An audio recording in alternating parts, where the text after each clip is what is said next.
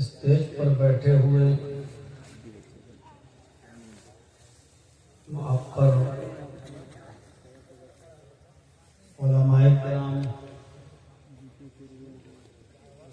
मदरसा सिराजुल उलूम हाल बैदा के असातिज़ा किराम, बिलखुसूस इस इजलास के रूह रवा जनाब मोहम्मद हसन अंसारी, नायब अमीर ज़िले जमीयत अहले हदीस कटिहार,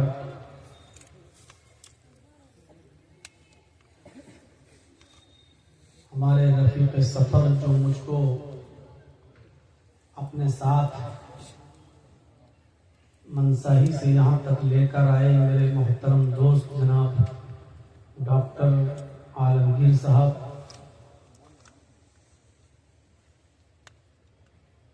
इस गांव के मुखिया जी और दीगर सम्मानित और मुअज़्ज़ज़ शख्सियात, हाल बैदा डिस्ट्रिक्ट कटिहार और उसके अतराफ व अफनाफ से तशरीफ लाए हुए मुअज़्ज़ज़ सामाईन हज़रात, इस्लामी ख़वातीन, माँ और बहनों, नौजवानों, अजीज़ बच्चों,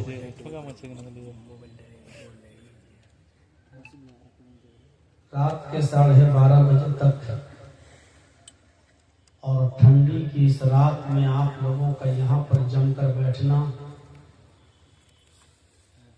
और इतनी कसीर और बड़ी तादाद में जमा होना, ये इस बात को बतलाता है कि अभी ईमान हमारे दिलों में बाकी है, इस्लाम की मोहब्बत हमारे दिलों में मौजूद है। खुशी हुई इस मदरसे को के तलबा को देखकर और जिन बच्चों ने हिफ्ज़ मुकम्मल किया उनके सरों पर दस्तारे फजीलत को देखकर। यकीनन ये इन बच्चों के लिए भी और इन बच्चों के वालिदैन के लिए भी और इन बच्चों को पढ़ाने वाले असातिज़ा किराम के लिए भी बड़ी खुशी का मौका है। और सबसे बड़ी खुशी उस वक्त होगी जब हाफिज़ कुरान के बाप के सर पर सोने का मुकुट, सोने का ताज रखा जाएगा, जिसकी रोशनी सूरज से ज्यादा रोशन होगी, जिसकी चमक सूरज से ज्यादा जिसके अंदर होगी, और लोग उस मुकुट को देखकर, उस ताज को देखकर पछताएंगे और अपनी ज़बान से ये जुमले निकालेंगे कि काश मैंने भी अपनी औलाद को हाफिज़ कुरान बनाया होता, मैंने भी अपने बच्चों को कुरान की तालीम दी होती, तो आज ये एजाज़, आज ये इज्जत, आज ये बुलंदी और रफ़ात हमको भी मिलती। यकीनन इन पढ़ने वाले बच्चों के पैरों के नीचे फरिश्ते अपना पर बिछाते हैं, समंदर की मछलियां इनके लिए दुआएं करती हैं, फरिश्ते इनके लिए दुआएं करते हैं। अल्लाह रब्बुल आलमीन से दुआ है कि अल्लाह आलमीन इस इदारे को हरा भरा रखे, इस इदारे को दिन दूनी रात चौगुनी तरक्की अता फरमाए, असातिज़ा को उनकी मेहनत का अच्छा सिला और बदला अता फरमाए, और जो बच्चे इस इदारे से पढ़कर निकल रहे हैं उन बच्चों की तालीम इन असातिज़ा के लिए निजात का जरिया बनाए।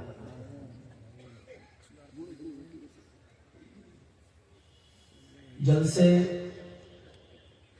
बहुत होते हैं और हो भी रहे हैं।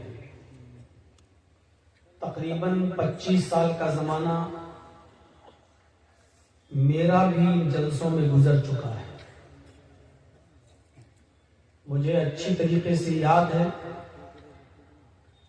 अगर शुरू की 2-3 तकरीरों को न जोड़ें और सन 2000 से जो मैंने तकरीर की दुनिया में कदम रखा, आज 2025 तक एक लंबा जमाना गुजरा है।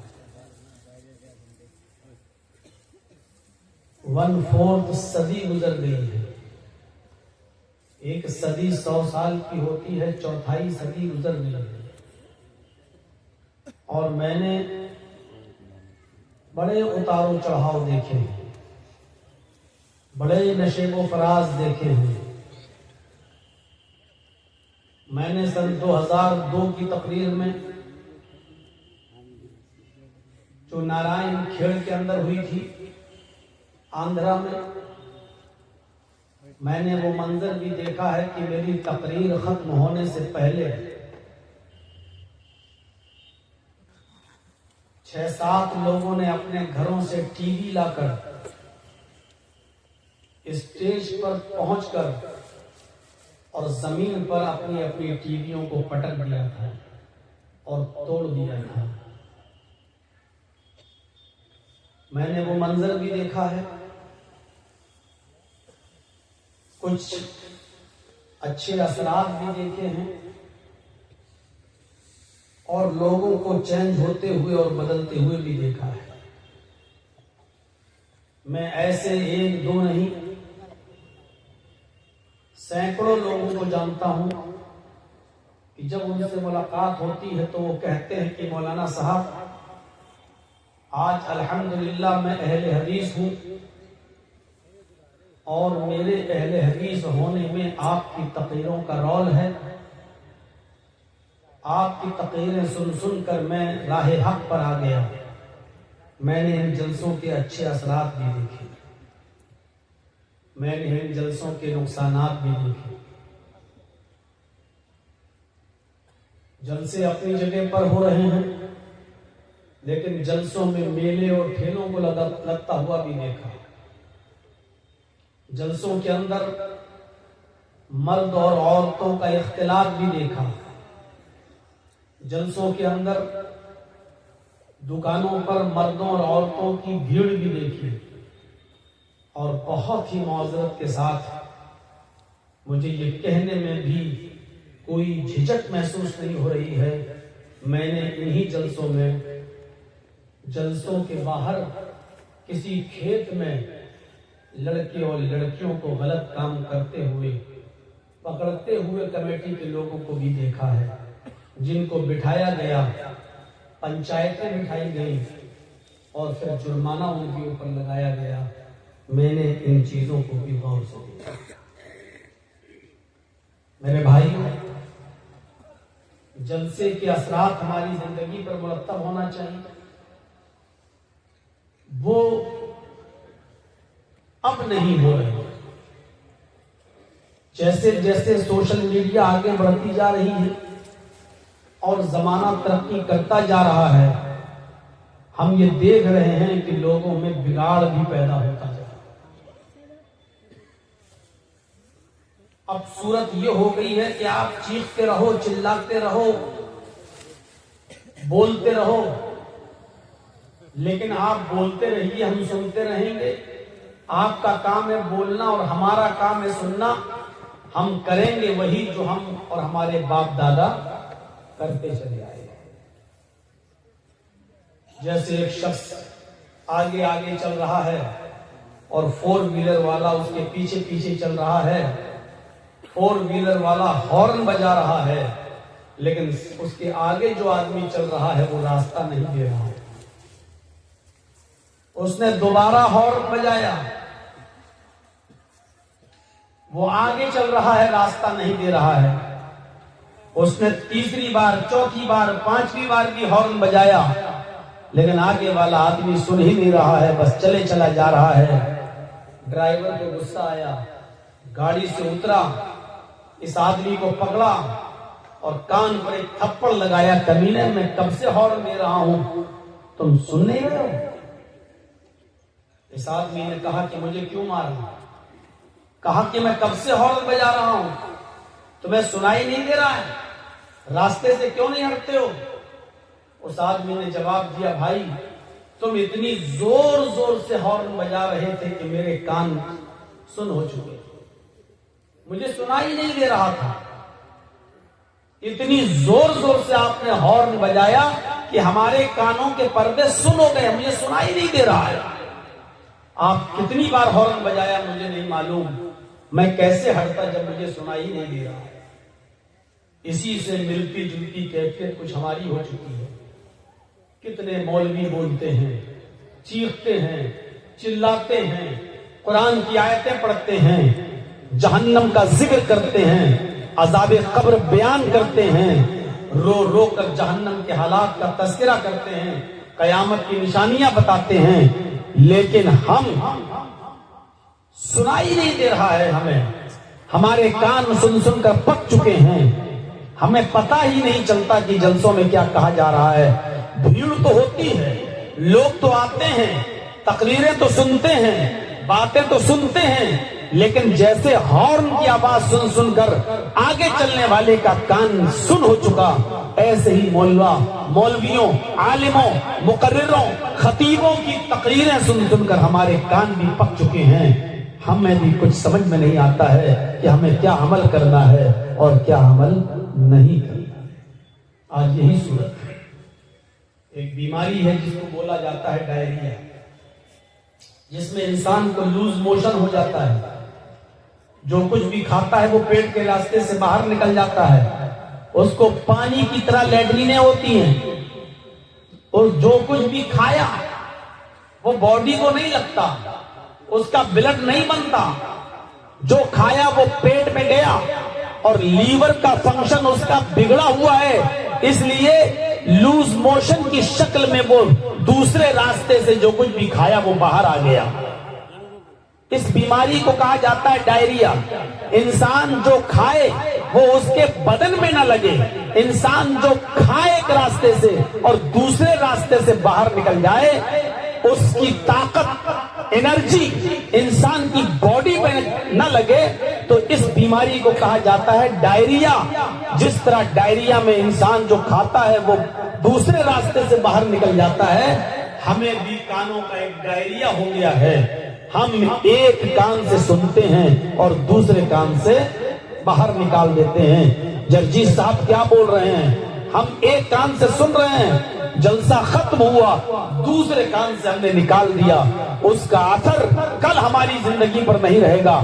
जैसे जो हमने खाया उसकी एनर्जी, उसकी ताकत हमारी बॉडी को नहीं लगती, ऐसे ही जो बोला है उसका असर हमारे दिल को नहीं होता है। एक कान से सुना और दूसरे कान से हमने निकाल दिया। हमें कानों का डायरिया हो गया है। हम सुनते तो हैं लेकिन उसको अपने दिल में नहीं बिठाते और उसके मुताबिक अमल नहीं करते, उसको अपनी जिंदगी पर नाफिज नहीं करते, बल्कि हम दूसरे कान से उसको निकाल देते हैं। मेरे प्यारे साथियों, यही चीज सबसे ज्यादा नुकसानदेह है। वरना अगर किसी इंसान की फितरत में जिंदगी हो तो 25 साल का जमाना एक जमाना होता है।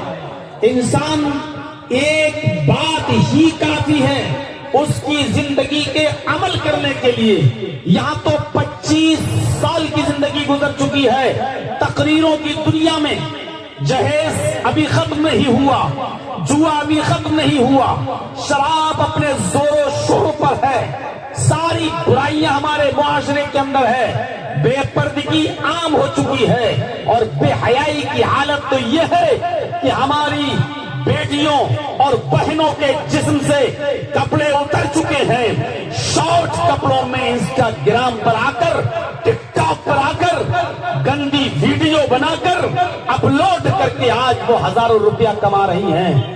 और आओ हमारे लखनऊ की तरफ तो आपको बड़े बड़े हाजियों, बड़े बड़े नमाजियों, बड़े बड़े मुल्ला और मौलवियों की बेटियां भी जिनके सरों से दुपट्टे उतर चुके हैं, बेहयाई का लिबासा वो पहन चुकी हैं और लेगियों में, स्कर्टों में, ब्रा में और पैंटीज में वो अपनी इंस्टाग्राम पर वीडियो को अपलोड कर रही हैं। जब हाजियों की, नमाजियों की, हाफिजों की, कारियों की, मौलवियों की बेटियों का जब ये हाल हो तो फिर मेरे भाइयों उम्मीदें किससे लगाई जाएं और किससे उम्मीद की जा सकती है कि हमारी बेटियों को की इस्लाह वो करेगा। काबिल गौर है और मकाम गौर है। आपका कौन सा चैनल है? ऐसे ही छोटा मोटा। कौन सा चैनल का नाम बताओ ना। ऐसे ही जलसा, है? जलसा का चैनल है। आपको मना किया, ये सब लगे हुए हैं तो फिर सबको करवाने का फायदा क्या होगा बताइए।